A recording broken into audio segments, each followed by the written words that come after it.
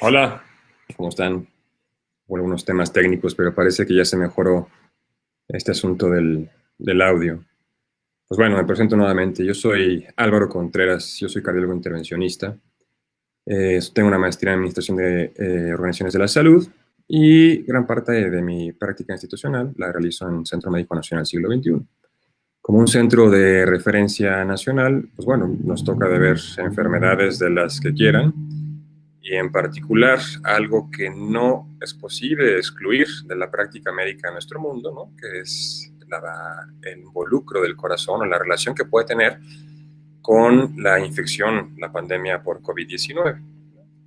La verdad es que no hace falta que les platique de esto. El COVID o la COVID nos ha tocado a todos, ¿no? Nos dediquemos a ser maestros, a ser estudiantes, a ser médicos, y esto es particularmente cierto, sobre todo para los que nos dedicamos a la salud, desde psicólogos, enfermeros, dentistas, cardiólogos y bueno, todas las ramas de la salud, ¿no? Entonces, vamos a dedicar los siguientes 30, 40 minutos para hablar del involucro, ¿no? O la repercusión que tiene el corazón, ¿no? Con esta pandemia que estamos viviendo. La verdad es que hablar de números a veces se vuelve aburrido porque los vemos todos los días, pero pues tenemos una repercusión brutal por esta enfermedad en nuestro mundo, ¿no? Estamos hablando, yo estaba checando John Hopkins y vamos en 19 millones de casos a nivel mundial. Tenemos que casi 50,000 muertos en nuestro país hasta el día de hoy. Para compararlos, 2019 hubo 35,000 decesos por violencia en nuestro país, que es un problema muy serio, ¿no? Y eso en todo un año. Aquí en México el primer caso fue en finales de febrero, prácticamente en marzo, y pues bueno, ¿no? Seguimos con la pandemia a todo lo que da. Y la verdad es que, hoy vamos a hablar del corazón, pero se puede hablar de otras enfermedades, otros órganos, se puede hablar del riñón, del intestino, de manifestaciones dermatológicas, de distintas enfermedades que pueden manifestarse en cualquier órgano del cuerpo a consecuencia de esta enfermedad, ¿no? Entonces se vuelve relevante esto para básicamente todas las ramas de la medicina y para todos los pacientes, ¿no? Algo que es muy importante entender es que esta es una pandemia o es una enfermedad joven, ¿no? Estamos hablando de que tenemos poco más, poco menos de 6 meses, ¿no? Con este microorganismo afectando a la humanidad. Entonces, a pesar de que ya tenemos información, esto es probable que cambie conforme pasen los meses, conforme se hagan estudios epidemiológicos a través del tiempo, a través de los años, y entendamos con una mayor claridad cosas que hoy podemos entender a medias y tal vez lo que les voy a decir en los siguientes minutos pueda cambiar, ¿no? Pero por eso esta plática se llama Lo que sabemos hasta ahora. Pasan la siguiente, por favor. Entonces, esta pandemia o esta enfermedad está difundida o entendida, ¿no? En el mundo como una enfermedad básicamente respiratoria, ¿no?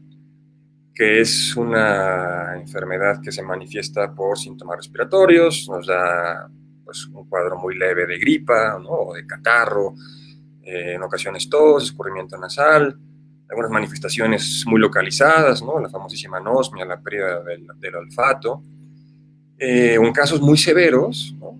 Neumonías muy graves, y entendemos que los pacientes requieren tratamiento dedicado a la vía aérea y que se pueden complicar, se pueden morir a consecuencia de enfermedades de los pulmones, ¿no?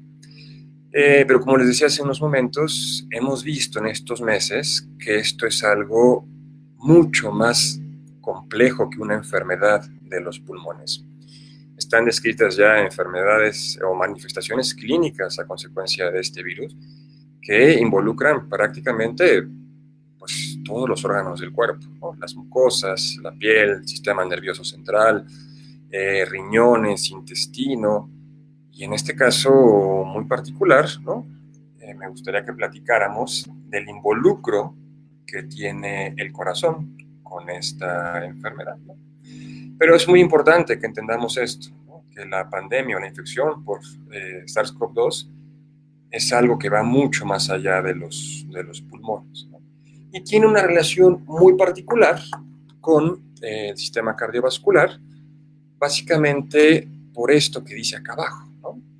Los receptores del sistema angiotensina, renina-angiotensina-aldosterona. ¿Qué es esto? Tenemos dentro del cuerpo un sistema humoral, esto quiere decir que se maneja a través de hormonas, que se encarga de una forma muy general de mantener un adecuado volumen de circulante en nuestro cuerpo, ¿no? Por ejemplo, si tenemos algún sangrado, ¿no?, por alguna herida y empieza a disminuir la cantidad de líquido que tenemos circulando en nuestro cuerpo, pues este sistema entra en acción y se generan mecanismos compensatorios, tanto en el riñón como en el corazón, pues para mantenernos funcionando, para que nuestro cerebro siga bien y que nuestros órganos no sufran y que podamos sobrevivir a este evento estresante o este evento adverso que estamos enfrentando. Participa también de una forma muy relevante en procesos muy específicos de cicatrización y reparación de daño. Esto es particularmente cierto para enfermedades del corazón, ¿no? Por ejemplo, cuando nos infartamos, se genera una pequeña cicatriz, ¿no? Se genera un pequeño daño en el músculo cardíaco que a través de este sistema neurohumoral se recupera, ¿no? Y cicatriza de una forma a veces buena y a veces mala. Entonces, ¿puedes poner la siguiente, por favor? Esto es muy importante, ¿no?, para la infección por SARS-CoV-2, como ustedes seguramente ya lo sabrán, porque este microorganismo, ¿no?, este coronavirus, que seguramente ya lo saben, se llama corona porque cuando lo vemos en el microscopio, pues pareciera como que es una coronita, ¿no? Y estas coronitas se caracterizan por tener algunos picos, ¿no?, muy particulares. Y estos picos o estas antenas son unos receptores específicos, ¿no?, que tiene el coronavirus en su superficie. Sí puede pasar esto, no se preocupe. Y Sí, me lleva su bitácora, por favor, cuando nos vemos en el consultorio. Lo podemos parar, entonces. No, si quieres lo paramos. Entonces, básicamente lo que hace este microorganismo es que estas antenitas tan chiquitas, ¿no?, tienen que estar en contacto con algo que les permita meterse a las células, ¿no? Los virus por sí solos no sirven de mucho, no hacen daño, necesitan meterse dentro de las células para, una vez dentro, comerse o utilizar el material nucleico, las proteínas que tiene una célula normal para poderse reproducir. El receptor que utiliza más bien la enzima o la proteína a través de la cual entra el coronavirus a la célula, es un receptor que tiene que ver con este sistema, ¿no?, que es el receptor AC2, ¿no?, que tiene que ver con la inhibición y la activación de la angiotensina, el paso de angiotensina 1 a angiotensina 2. Entonces, estos receptores, creo que podemos poner la siguiente.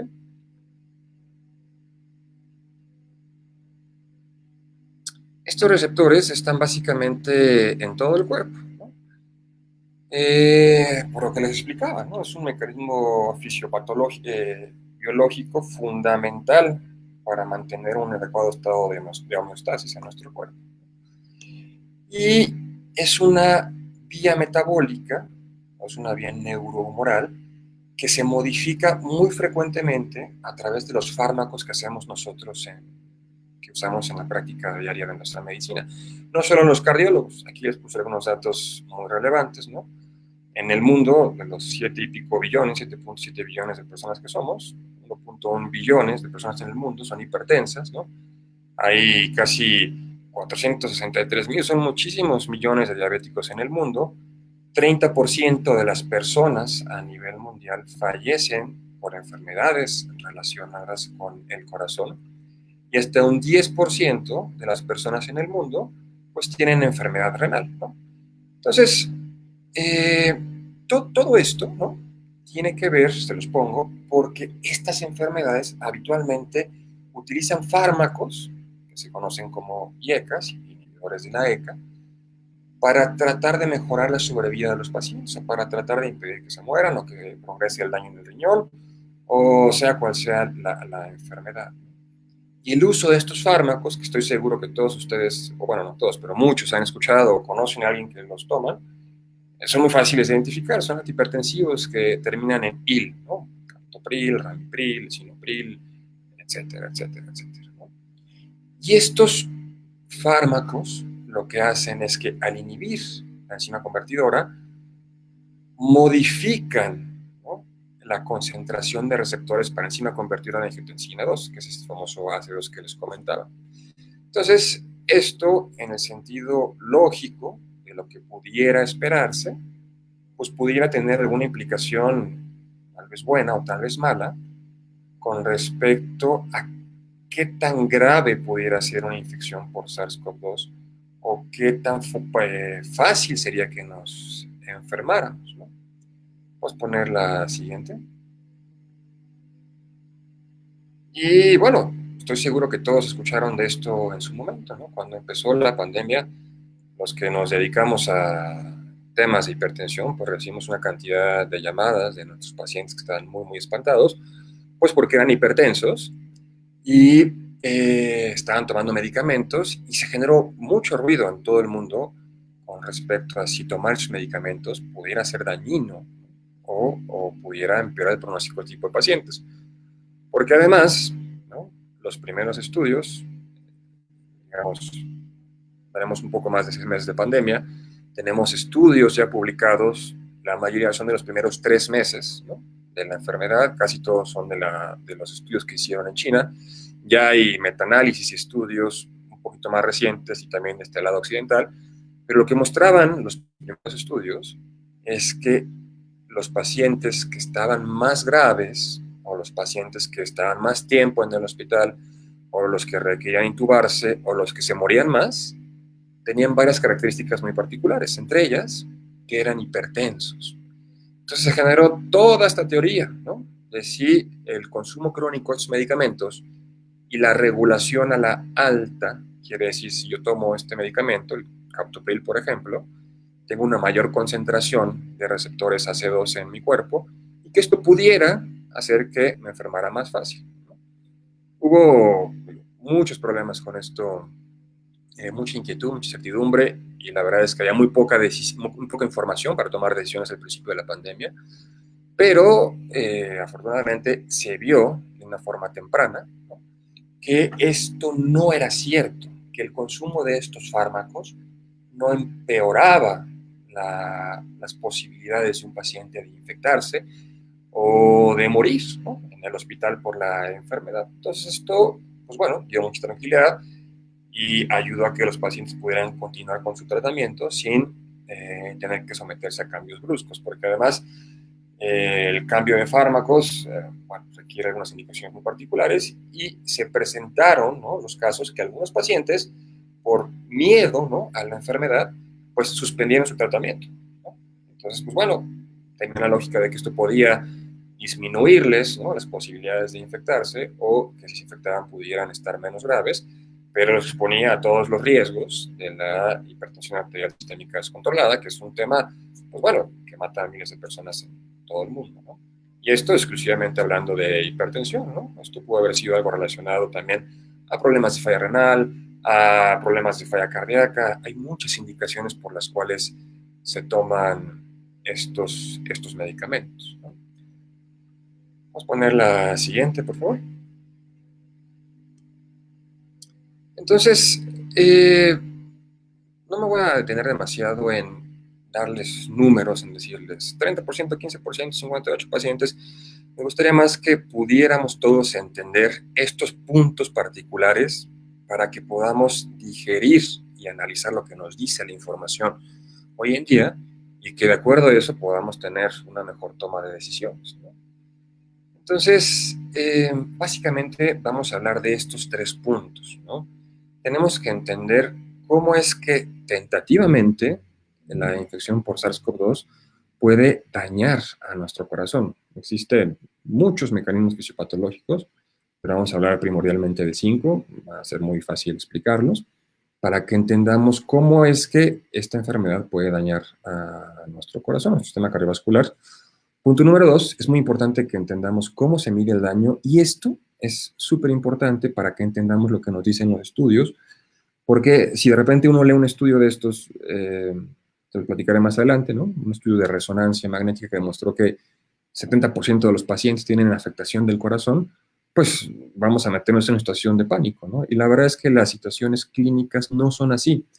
Y hay que saber digerir, ¿no? Y filtrar muy bien lo que nos está diciendo la información para poderlo entender. Y vamos a hablar brevemente de las implicaciones que tiene, ¿no? A corto plazo es mucho más fácil decirlo, a mediano no tanto, y a largo plazo la verdad es que hoy en día es prácticamente imposible, ¿no? No tenemos ni un año con esta enfermedad a nivel mundial, ¿no? Vamos a dejar unos minutos al final de la plática para preguntas, ¿no? Todo lo que pongan en el chat lo podremos ir resolviendo, ¿no? Entonces, vamos a la siguiente, por favor. Bueno, ¿no? Vamos a hablar de cómo es que la enfermedad por SARS-CoV-2 puede dañar nuestro corazón. Ojo, esto que les voy a decir ahorita no es exclusivo de este coronavirus, ¿no? Mucho de lo que voy a platicar en estas diapositivas ya se ha visto con otros virus y con otros coronavirus, ¿no? Estos virus no son un tema nuevo para nosotros, ¿no? Tenemos el SARS, el MERS, o sea, tenemos ya un poco de experiencia, digamos, con los primos de los coronavirus, y muchos de ellos, al igual que otros microorganismos, otro tipo de virus, pueden generar daño al corazón de alguno de estos mecanismos, ¿no? El último que les voy a platicar, que es algo de lo que vieron, me parece que el de ayer, es algo sí muy particular del SARS-CoV-2, pero bueno, ¿no? Entonces nos vamos a quedar un ratito aquí en esta diapositiva, ¿no? Estamos hablando de los mecanismos de daño, ¿no? El primer cuadro, ¿no? El que está enfrente de ustedes, al lado izquierdo, es una pieza histopatológica. Esto quiere decir es una célula, ¿no? Es un cachito de músculo, un cachito de corazón, el cual se corta y se tiñe, se le pone unas sustancias muy particulares y se revisa bajo el microscopio, ¿no? El primer mecanismo de daño del que vamos a hablar es la afectación directa del músculo cardíaco. Esto es la miocarditis o la inflamación de las células del corazón a consecuencia de la infección viral. ¿Qué es lo que sucede? Tenemos alguna agresión a nuestro cuerpo, puede ser una respuesta inmunológica, puede ser en este caso un virus, puede ser un fármaco, puede ser alguna situación muy particular que ocasiona que de forma dirigida las células de nuestro corazón se inflamen, ¿no? El término itis quiere decir inflamación, miocardio, bueno, habla del músculo específico del corazón, se inflama el corazón. En ocasiones no solo el corazón, sino también las sustancias que lo recubren. Hay una bolsita muy particular que se llama pericardio, que también se puede inflamar y tener una miopericarditis. Y esto puede tener una implicación clínica o un cuadro clínico pues, muy florido y muy variado. Hay personas, ¿no?, que tienen una miopericarditis, en los cuales tienen un cuadro muy ligero, ¿no?, de dolor precordial, o hay personas que tienen un cuadro de miopericarditis que pone en riesgo su vida, ¿no?, que hacen que el corazón se inflame tanto, que cambie tanto su forma, que deje de funcionar, que pierda esta función que tiene de bomba y que pues, nos deje de llegar sangre al cerebro, al riñón, a los pulmones, a todos lados, y pues bueno, que ponga en riesgo nuestras vidas, ¿no? Esto afortunadamente es relativamente infrecuente, pero está descrito y como les decía, no solo con esta enfermedad, ¿no?, sino también con otro tipo de patógenos, ¿no? Hoy en día no está demostrada de forma absoluta el involucro o que el SARS-CoV-2 pueda generar miocarditis de forma directa. Tentativamente es algo que es probable, pero no se ha demostrado hoy en día. Es complejo el demostrar que un paciente tiene una miocarditis aguda. Necesitamos hacer biopsias del corazón, que es un procedimiento invasivo, ¿no? Se hace a través de un cateterismo, ¿no?, en la pierna o en la mano. Y lo que hacemos es, se toman unos pequeños mordidas del corazón y esto pues se manda a patología y se revisa. Obviamente es un procedimiento técnico complejo que se ha realizado muy poco en este tipo de pacientes. Sí hay algunos pacientes, tanto en China como en el mundo occidental, a los cuales por distintas circunstancias específicas se les ha realizado una biopsia miocárdica y se ha visto daño en el músculo cardíaco o cambios en el músculo cardíaco que son compatibles con la miocarditis. Pero falta el criterio o los criterios muy específicos que nos hablan del cuadro agudo. Entonces, lo que estamos viendo, digamos, estamos viendo como una cicatriz o la secuela de algún tipo de daño del corazón que pudo haber sido a consecuencia del daño directo o de la infección del SARS-CoV-2 en el corazón. Incluso, hay algunos reportes de casos que sugieren la presencia de material genético en las células del miocardio, lo cual pudiera ser posible que el virus dañe o inflame de forma directa el corazón. Entonces, esto es algo que todavía no se sabe. Este punto en particular es extremadamente relevante porque las miocarditis o las inflamaciones del corazón pueden tener implicaciones a largo plazo. Puede ser que un paciente tenga una miocarditis o una miopericarditis por alguna razón muy particular, ¿no?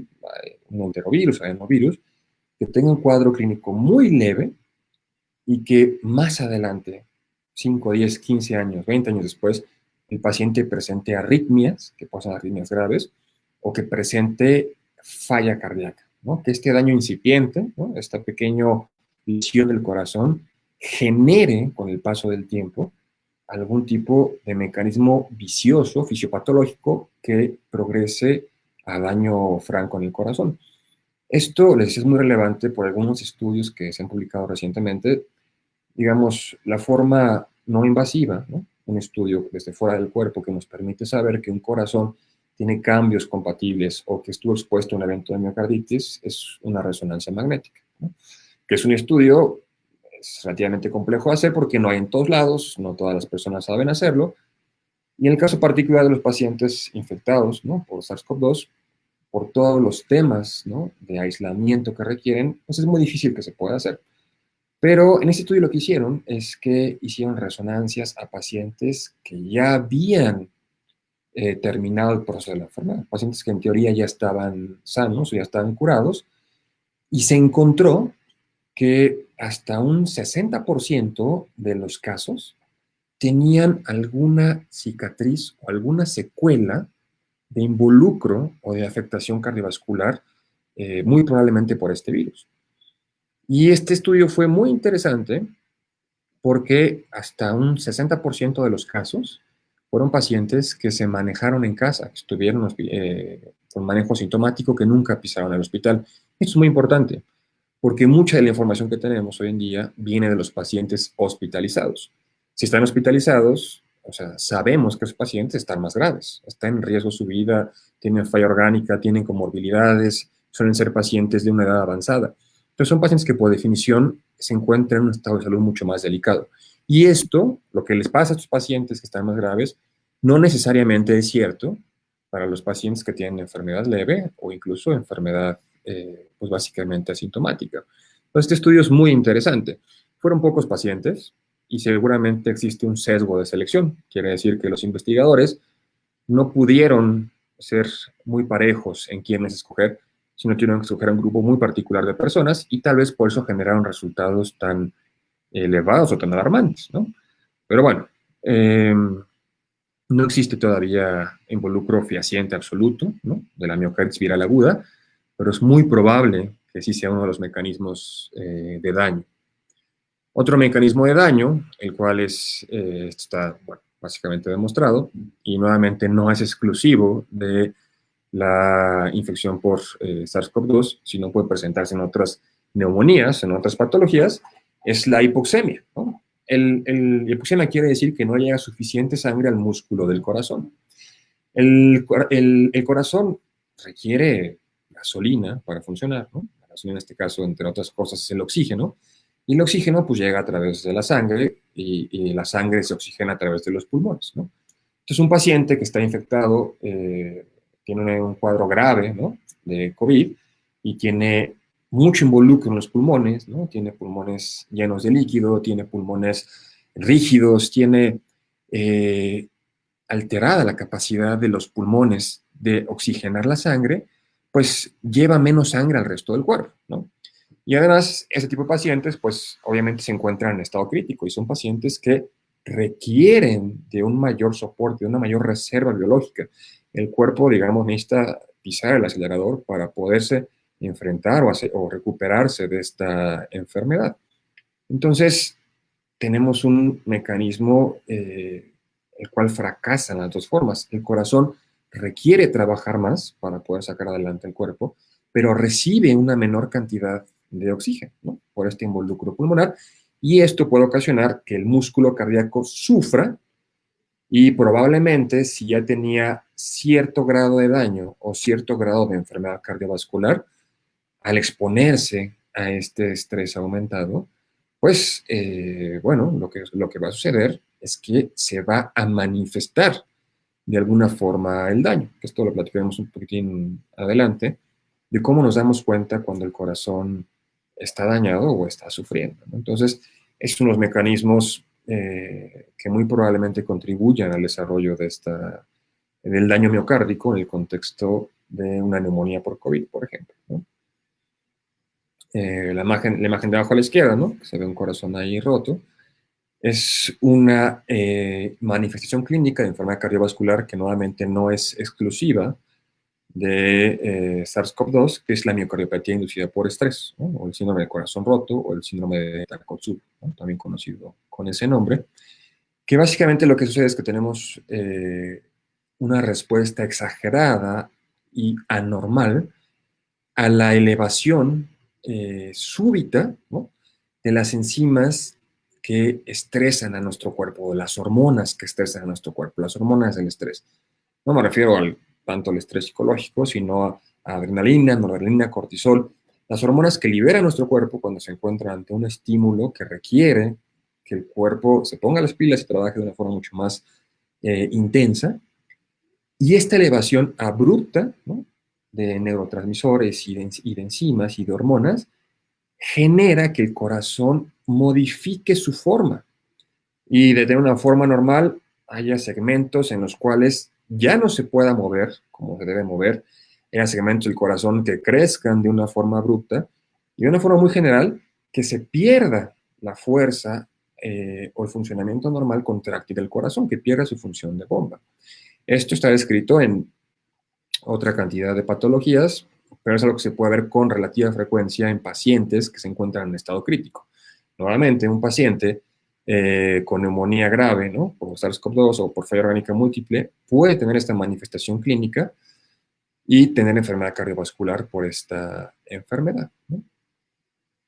Y otros mecanismos de daño propuestos es la ruptura de placa aterosclerosa, ¿no? La imagen de abajo a la derecha es una pieza patológica, obviamente, que si fijan se ve como un circulito, una bolita negra, y luego se ve como un cuartito abajo, ¿no? Entonces, esto es una pieza patológica de una arteria, ¿no? Que la cortaron los patólogos, y lo que están viendo en la parte de abajo es una placa aterosclerosa, ¿no? Ahí, a consecuencia de muchas cosas a lo largo de los años, se depositaron neutrófilos, leucocitos, calcio, sustancias inflamatorias. Es una placa de calcio y colesterol, básicamente, que si se fijan es una placa pequeña, ¿no? Comparándola con el resto del vaso.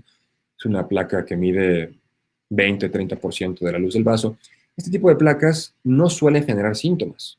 Uno anda por la vida haciendo sus actividades físicas, trabajando, lo que sea, no tiene ningún tipo de síntoma hasta que esta placa se rompe. Pues cuando se rompe, se liberan estas sustancias inflamatorias a la circulación del cuerpo.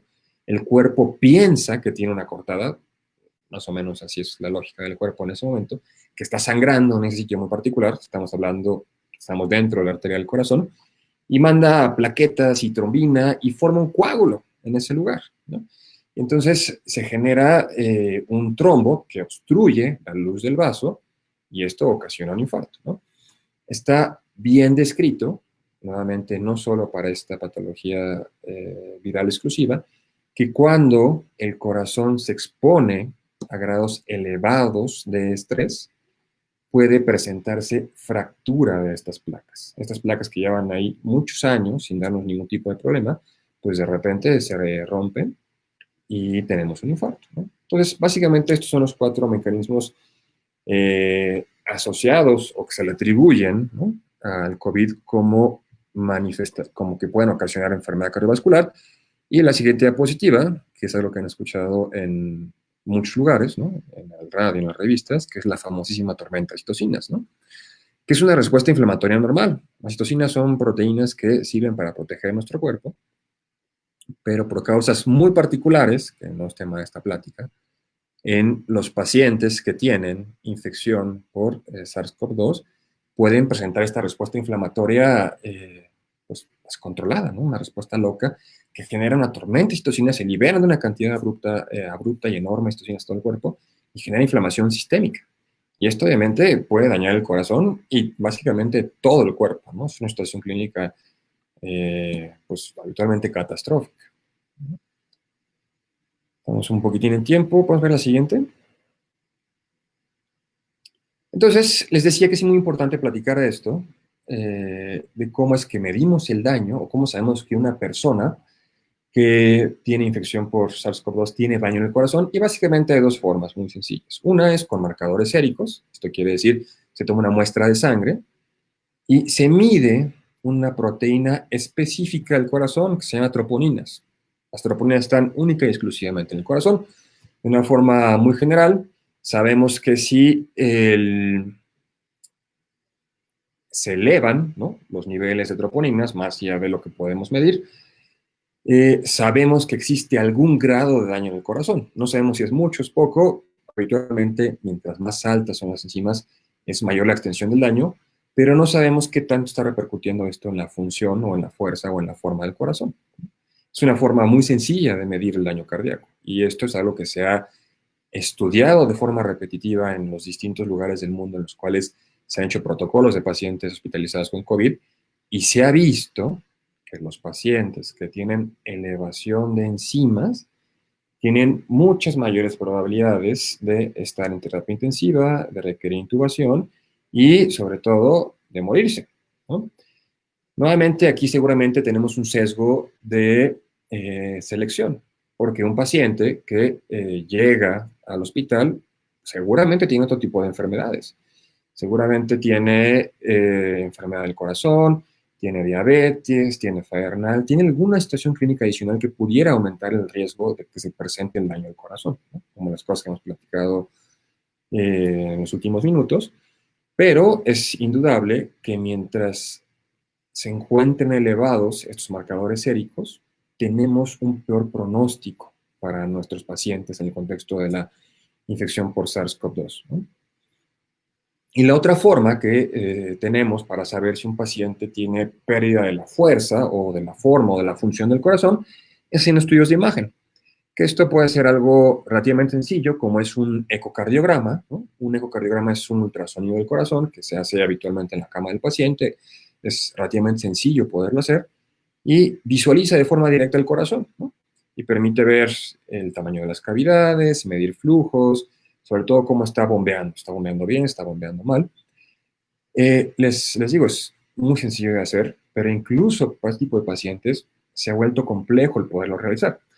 Los pacientes hospitalizados por COVID habitualmente se encuentran en áreas aisladas, en las cuales el acceso de personal médico y el acceso de dispositivos, en este caso ultrasonidos, o otro tipo de situaciones, pues suele ser restringido, ¿no? Entonces, no a todos los pacientes que nos gustaría para poder tener más información, se les ha podido hacer ecocardiogramas, pero sí tenemos ya algunos reportes de casos. Y lo que se ve es que los pacientes hospitalizados, en los cuales se les realiza este tipo de estudios, tienen disminución de los parámetros que se miden, parámetros en ocasiones directos y muchas ocasiones indirectos de funcionamiento del corazón, lo cual sustenta o apoya que la infección por SARS-CoV-2 puede generar daño o repercusión en la función del corazón. Hay otros tipos de estudios que se hacen, ¿no? Se hacen, como platicaba hace unos momentos, resonancias, tomografías, incluso cateterismos del corazón para medir cómo está el grado de daño en el corazón. Hay reportes de todos y cada uno de estos métodos que nos hablan de cómo el SARS-CoV-2 ha podido disminuir o afectar la función cardiovascular de los pacientes en mayor o en menor forma, ¿no? Vamos a ver la siguiente. Y básicamente esto, ¿no? Tenemos que hablar de las implicaciones del daño miocárdico. Es muy sencillo ahorita hablar de las implicaciones o las repercusiones agudas de la manifestación cardiovascular y el SARS-CoV-2. Sabemos que la información publicada nuevamente nos dice que los pacientes hospitalizados que tienen manifestaciones cardiovasculares tienen una mayor incidencia de arritmias, ¿no? Hasta un 7% más de arritmias. Puede presentarse una mayor incidencia de insuficiencia cardíaca en los pacientes graves que tienen infección por SARS-CoV-2 y un peor pronóstico hospitalario. Quiere decir esto que un paciente que está hospitalizado y se enferma, tiene una arritmia, tiene un infarto, tiene falla cardíaca, pues tiene mucho menores probabilidades de sobrevivir a su enfermedad. Entonces se vuelve muy relevante porque es un marcador de pronóstico directo a corto plazo del paciente.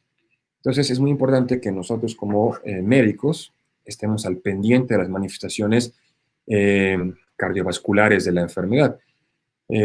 Seguramente habrán escuchado, ¿no? Todo el tema que hubo o bueno, vamos a hablar como discusión con respecto al beneficio de tomar algunos medicamentos, la hidroxicloroquina, el plaquenil, las citromicinas, combinaciones que estuvieron muy en boga al principio de la enfermedad y pues mucha gente, ¿no? Grandes figuras políticas del mundo lo recomendaron, ¿no? Como la panacea o la cura de esta enfermedad. Y estos medicamentos, en el contexto de la enfermedad por COVID, lo que se vio es que aumentaba la incidencia de arritmias y de arritmias letales, ¿no? La gente se moría más del corazón por tomar sus medicamentos que las vidas que se podían salvar al tomar este tipo de medicamentos. Entonces, las implicaciones por daño miocárdico a corto plazo están bien descritas y incluye todo el involucro de las enfermedades cardiovasculares, ¿no? Arritmias, falla cardíaca, infartos, etcétera, etcétera, etcétera, ¿no?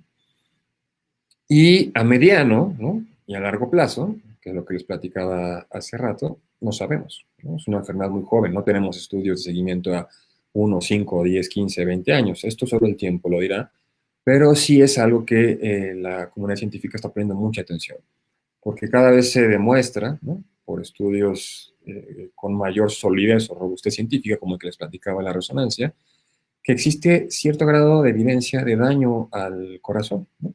En la infección por SARS-CoV-2 y no sabemos qué implicaciones puede tener esto a largo plazo, ¿no? Entonces, esto es una plática muy breve, ¿no? Vamos a dejar algunos minutos para que, si tienen alguna duda, ¿no? Por favor, me la hagan saber, ¿no? Y yo les pueda contestar, ¿no? Con mucho gusto en lo que yo pueda, ¿no? Entonces, tengo aquí una pregunta, pero no la alcanzo a ver completa. Dice, uno de los problemas, ya lo vi, de la infección es el involucro exagerado en algunos casos del sistema inmune, con la tormenta de citocinas y la respuesta inflamatoria con repercusión multisistémica. Daño a nivel endotelial y liberación multisistémica de mediadores, efectivamente, ¿no? Como lo platicábamos, ¿no? La tormenta de citocinas, ¿no? Activación desordenada, ¿no? De estos mecanismos que deberían ser protectores para nuestro cuerpo, generan inflamación y daño en todo el organismo, ¿no? En el cerebro, en el riñón, en los pulmones, en los músculos, y en este caso particular también es cierto a nivel del corazón.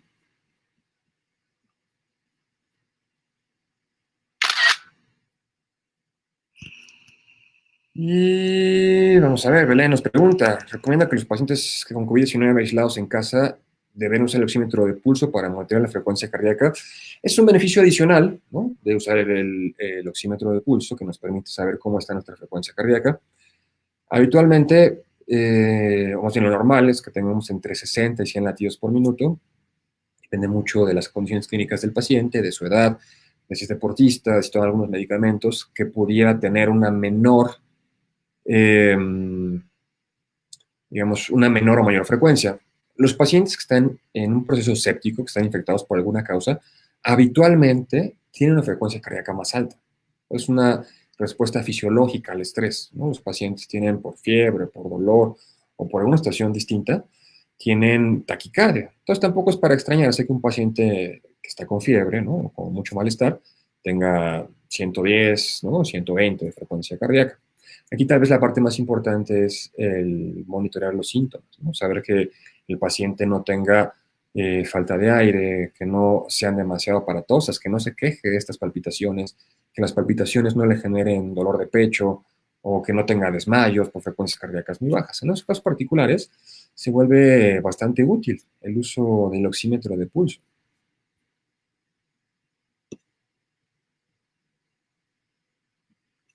Pues, y justo esto que pregunta ahorita Janet es súper importante, ¿no? La verdad es que esta pandemia sí ha hecho muchas cosas, pero una de las que debería ser y que debería permear a largo plazo es la importancia de cuidar la salud, ¿no?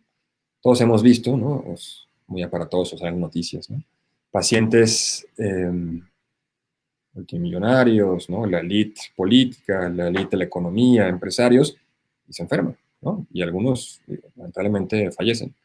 Y sucede con ellos, y sucede con las personas más pobres, ¿no? A nivel mundial, y sucede con las personas de clase media. Es una enfermedad muy democrática, ¿no? En ese sentido. No hay nada, ¿no? Que nos pueda dar, que se pueda comprar y que nos dé salud, más que el cuidado propio, el tener atención a nuestro estado general de vida, ¿no? Saber cómo vivimos, si le damos tiempo a nuestro cuerpo, si le damos tiempo a nuestra mente, si cuidamos nuestra alimentación, si cuidamos nuestro ejercicio, si tratamos de hacer cosas que nos den alegría, que nos den tranquilidad, o si no lo vivimos estresados o con muchos problemas. Entonces, tal vez la parte más importante de cómo cuidar el corazón es tratando de llevar un estilo de vida lo más saludable que se pueda. Y esto involucra básicamente una alimentación baja en grasas, baja en carbohidratos, baja en proteína animal, actividad física, ¿no? En todos los extremos de la vida, seamos niños, adultos mayores, adultos jóvenes, adolescentes, todos tenemos que hacer actividad física. Y pues obviamente no sé las cosas que sabemos que son malas, ¿no? O sea, fumar no es bueno, tomar en demasía no es bueno, tomar drogas no es bueno. Y pues básicamente estos son los cuidados generales que se escuchan muy sencillos, ¿no? Y habitualmente lo son, pero no lo hacemos, ¿no? Y justo en situaciones como estas, en las cuales no hay un medicamento que cure la enfermedad, no hay una forma efectiva de prevenirlo con fármacos, con vacunas, digo, más allá de la distancia y los cubrebocas, sabemos que lo que nos puede sacar adelante es el estado de salud basal que tengamos. Entonces, esto que pregunta Janet es importantísimo.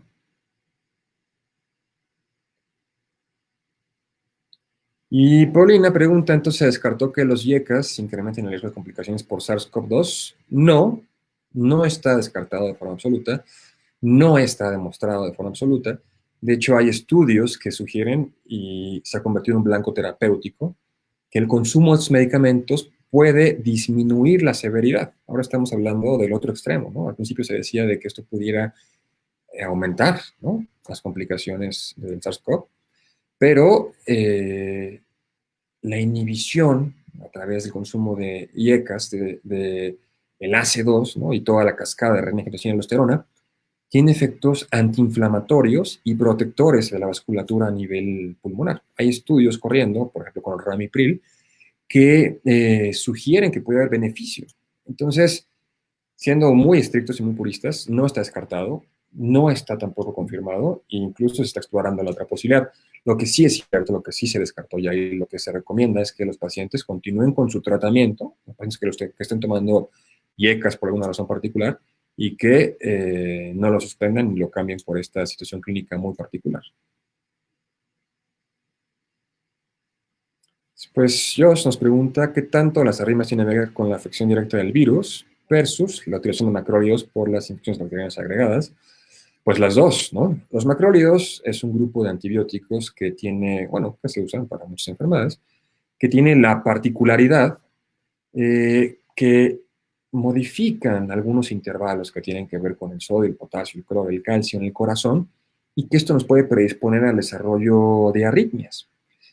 En el contexto de enfermedad por SARS-CoV, algunos, como lo platicábamos, han recomendado, ¿no?, o recomiendan el uso de macrólidos como prevención de estas enfermedades, bueno, de esta enfermedad o de otras sobreagregadas, eh, o como tratamiento específico. No hay una evidencia clara que soporte el uso de estos fármacos.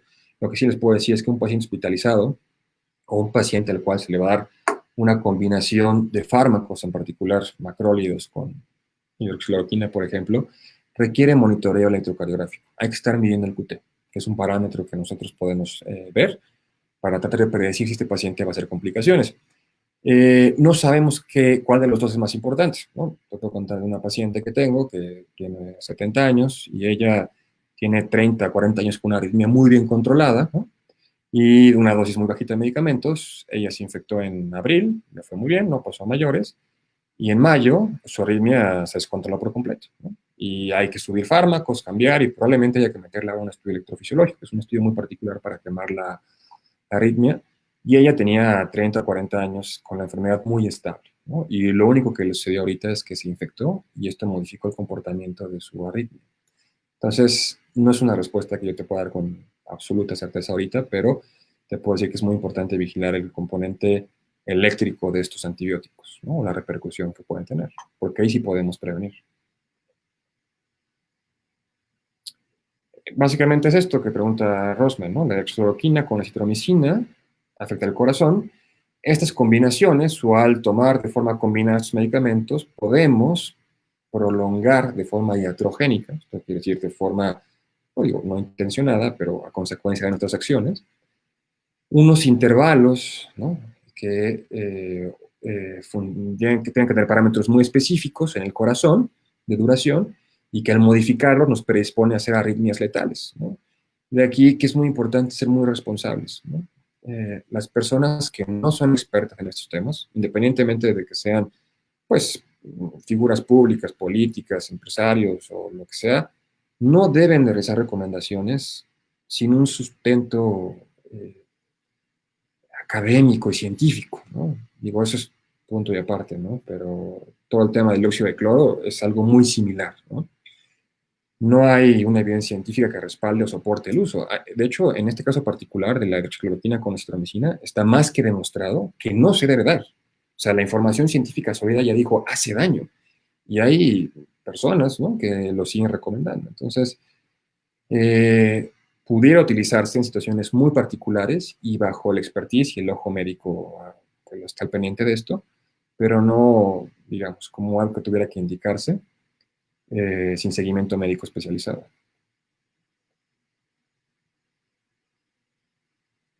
Y Gerardo pregunta, ¿qué es mejor para diagnóstico de miocarditis, resonancia o el ecocardiograma? Es mejor la resonancia. La resonancia, dependiendo de la técnica con la que se use, puede incluso hacer una caracterización indirecta, obviamente, histopatológica. Puede hablarnos de qué tipo de células o qué es lo que está pasando en ese segmento muy particular del corazón.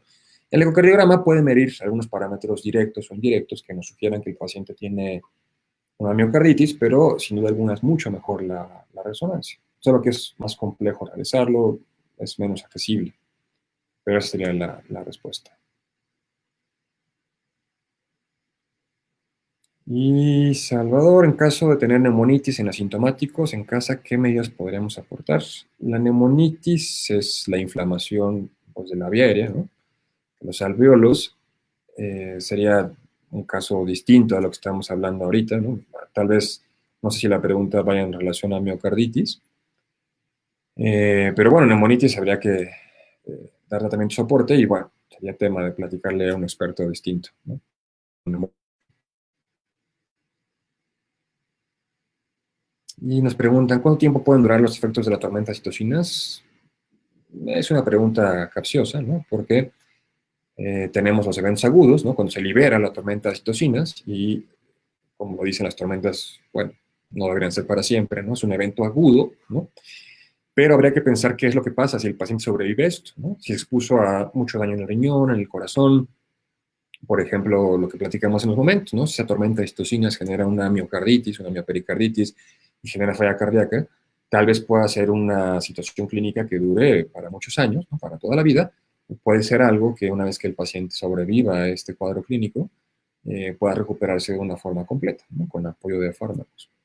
Entonces, básicamente eso dependería, ¿no? Cuánto tiempo pudiera durar. ¿Y qué opinamos de la vitamina D con factor de riesgo de hipertensión y mortalidad por COVID-19? Pues esa es una pregunta muy interesante porque la vitamina D en distintas enfermedades, dicho en muchas, ¿no? Enfermedades infecciosas, inflamatorias, enfermedades crónicas, ha demostrado tener un papel en ocasiones de prevención, en ocasiones de pronóstico, en ocasiones de mejoría, ¿no? Eh, no hay una evidencia clara, absoluta, que nos sugiera que la deficiencia de vitamina D sea un desencadenante de hipertensión por sí solo, o que esto pueda aumentar la mortalidad por COVID-19. Lo que sí les puedo decir es que este cúmulo de información de otras enfermedades sugiere que la deficiencia de vitamina D pues, no es buena, ¿no? Temas alérgicos, inflamatorios, y probablemente pudiera ser bueno, ¿no? Y de hecho es parte del seguimiento de los adultos mayores sobre todo, y los niños, ¿no? Que tengamos un aporte adecuado de vitamina D.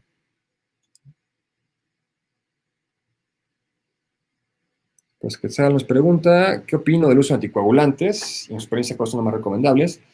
Este es un tema muy interesante porque, y esto cambió muchísimo la forma en cómo abordamos la infección, pues ya cerca del final del primer brote inicial de la pandemia en Italia, más bien durante el brote inicial en Italia se hicieron estudios patológicos. Esto no se había hecho en otros lugares del mundo porque no se sabía qué podía pasar, si los patólogos se infectaban, si los cuerpos eran infecciosos. Había muchas cosas que no se sabían, pero bueno, un grupo de científicos italianos con muy buena visión hicieron biopsias y vieron que un componente muy importante de la fisiopatología de la infección por SARS-CoV-2 es la trombosis. Se genera un estado procoagulante trombótico en la microvasculatura y en ocasiones en la macrovasculatura, ¿no? Entonces, parte del tratamiento de los pacientes con infección moderada, severa, grave, que están hospitalizados, involucra el uso de anticoagulantes. Nuevamente, ¿no? Empezaron las cadenas de WhatsApp hace 3, 4 meses, se acabaron el Plaquenil de las farmacias para pacientes que sí lo necesitaban en verdad, y se empezaron a acabar los anticoagulantes, ¿no? Para pacientes que sí lo necesitan en verdad. Y esto es una barbaridad, porque los anticoagulantes son medicamentos peligrosísimos cuando no se indican como se deben indicar, y a los pacientes que no lo necesitan. El consumir anticoagulantes puede matar a los pacientes, ¿no? Por el simple hecho de tomarlo, si es que no lo necesitan. Si lo necesitan, obviamente les salva la vida, ¿no? Y la gente empezó a acumular cajas de anticoagulantes, y esto, pues la verdad, no tiene ninguna lógica en el sentido común, y pues los que se los tomaron, algunos habrán muerto, ¿no? A consecuencia de esto, y a lo mejor otros se les echó a perder en su casa porque nunca los usaron, ¿no? Existe distinta evidencia de qué anticoagulantes usar. Habitualmente se usa para pacientes anticoagulados y habitualmente usamos anticoagulantes por vía oral o inyectados. Básicamente tenemos 5 o 6 casos, tal vez, tipos de fármacos distintos. Tal vez en los pacientes que no están tan graves, obviamente los que son vía oral son los que más usamos, ¿no? Por la comodidad de no estar inyectando al paciente. Pues cielo, ¿no? ¿Cómo afectan los antibióticos como la citromicina al corazón? Básicamente lo que platicábamos, ¿no? La citromicina, que es un acrolio que nos preguntaron hace rato, en combinación con otros fármacos o por sí solo, modifica un intervalo de tiempo, un periodo de tiempo en el corazón que se llama el intervalo QT, que tiene que ver con temas muy específicos de electrolitos dentro del corazón con el ciclo cardíaco, y que esto puede generar arritmias. Entonces, pues bueno, no hay que tomarlos, a menos que estén indicados por situaciones clínicas muy particulares.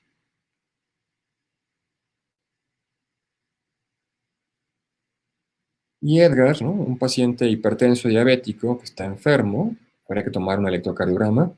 No necesariamente, ¿no? Si es un paciente que tiene un cuadro clínico leve, está en casa y no tiene ninguna molestia, y no desatura, y no tiene síntomas cardiovasculares, y solo está tomando manejo sintomático, ¿no? Paracetamol, hidratación, pues no necesariamente requeriría un electrocardiograma. Pero si es un paciente que tiene un cuadro clínico, pues, moderado, ¿no? Severo, que está hospitalizado, o que por alguna circunstancia se le van a dar medicamentos que tienen implicaciones de cardiotoxicidad o que pueden modificar los potenciales y generar arritmias, sí sería muy importante tomarle un electrocardiograma, ¿no? Obviamente, digo, por el contexto de COVID, este paciente requeriría de forma electiva, ¿no? Que lo vea un internista, un cardiólogo, un médico general, y que le tome un electro para ver que esté bien y que platiquen por el tema de riesgo aumentado que tiene de infarto, ¿no? Pero bueno, eso sería otro tema. Y Ramiro, pues es muy buena pregunta. Probablemente sí los pudiera ver. No me viene a la mente ningún estudio, ¿no? Ningún metaanálisis, ¿no? Nos pregunta Ramiro, perdón, si existen cuadros de infección por COVID que tengan involucro cardíaco sin haber cursado cuadro respiratorio. No viene ninguno a la mente que lo publique exclusivamente de esta forma, pero les platicaba de estos estudios, ¿no? Con resonancia magnética, pacientes que se manejaron en casa y que por resonancia se demostró que el 70% de ellos tenían algún tipo de daño involucro en el corazón. Tal vez alguno de ellos, pues no sé, tuvo anosmia nada más como síntoma y le pasó inadvertido y después se documenta involucro cardíaco y se pudiera entender de esta forma, pero tal vez no sería lo más frecuente.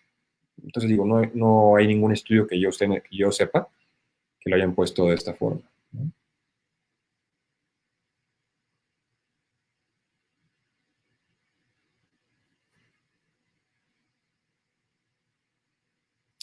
Y Mario nos pregunta, ¿se puede hacer un estudio de laboratorio para medir el nivel de troponinas en casa? ¿No? Sí, sí se puede hacer. Probablemente no sería necesario. Un paciente que se está manejando en casa es un paciente que tiene cuadro clínico leve, ¿no? O que no tiene alguna indicación clínica o paraclínica que justifique o que nos diga este paciente se va a poner muy mal, hay que hospitalizarlo. Entonces, tal vez no tendría utilidad, porque, por ejemplo, ¿no? Es un paciente que tiene cuadro clínico leve y está en casa y tiene una buena evolución clínica y le medimos troponinas, sí se puede, cualquier laboratorio lo puede hacer, y están altas, pues la verdad es que no nos modificaría el tratamiento, ¿no? Esto no significaría, ¿sabes qué? Tienes que irte al hospital, la terapia intensiva, o tengo que cambiar este fármaco. Entonces, no tendría utilidad clínica y tal vez no sería lo más recomendable hacer en este momento, ¿no? Después André nos pregunta, ¿no? El uso de aspirina como supuesta profilaxis para eventos trombóticos y pues justo, ¿no? Bajo el entendido de que la fisiopatología de la infección por COVID-19, bueno, por SARS-CoV-2, tiene como mecanismo principal de daño, como unos mecanismos de daño, la trombosis. Se ha postulado el uso de anticoagulantes y antiplaquetarios como un mecanismo de protección, y pues sí, ¿no? He escuchado recetas de todo, ¿no? Agua con limón, bicarbonato, famosísimo elixir de claro, que bueno, no quiero ni hablar de eso. Y aspirina, ¿no? Te tomas 3 aspirinas disueltas, etcétera, etcétera. No está indicado como una medida profiláctica en pacientes que tienen SARS-CoV-2 leve, ¿no? En casos muy particulares, ¿no? Por ejemplo, un paciente que tenga un riesgo elevado o que ya se conozca con enfermedad arterial coronaria, pudiera ser de utilidad en este tipo de pacientes, ¿no? Por ejemplo, un paciente que es ya conocido hipertenso, diabético, que tenía placas aterosclerosas o niveles muy altos de colesterol y que está hospitalizado con un cuadro clínico moderado a grave, pudiera tener alguna utilidad, ¿no? Pero nuevamente, la automedicación no es buena, ¿no? El simple hecho, por ejemplo, de tomar aspirina nos aumenta el riesgo de tener sangrados en el cerebro, en el tubo digestivo, en los ojos. Entonces, son medicamentos sí muy seguros, pero bueno, si no lo necesitamos, hay que evitar tomarlos.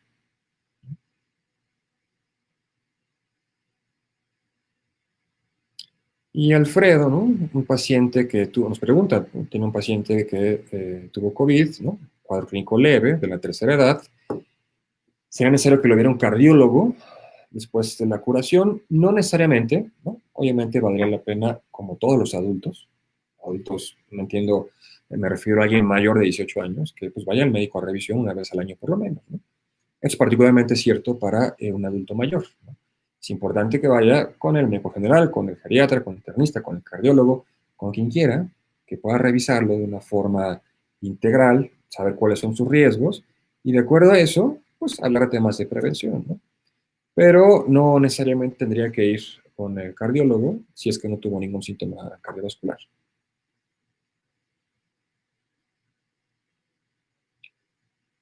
Y Peter pregunta, ¿es posible o correcto realizar exámenes como hemograma, PCR y DHL para confirmar COVID? Para confirmar COVID tiene que hacerse la demostración del proceso del organismo infeccioso, en este caso mediante una PCR, ¿no? O con anticuerpos. Ese sería lo que nos permitiría confirmar la infección. El resto de parámetros nos hablarían de pérdidas del equilibrio, ¿no? De imbalances, por alguna circunstancia muy particular, en distintas partes del cuerpo, que no necesariamente son por la infección por COVID, ¿no? Entonces, no sería lo ideal para confirmarlo, pues PCR, ¿no? Y o anticuerpos, nada más.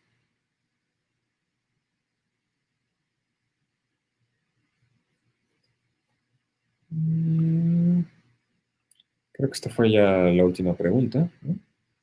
Y pues bueno, ¿no? Muchas gracias por estar aquí este ratito con nosotros. Espero que esto haya sido de utilidad para, para todos ustedes. Nos toca a todos, ¿no? En lo que hagamos, lo que nos dediquemos, el aprender a lidiar y vivir con esta enfermedad. En el contexto particular de la enfermedad cardiovascular, hay una relación estrecha entre la infección por COVID-19 y la patología cardiovascular. No sabemos a largo plazo qué es lo que puede pasar, pero tenemos herramientas de diagnóstico, ¿no? Tenemos herramientas de tratamiento que nos permiten hoy en día ayudar a los pacientes.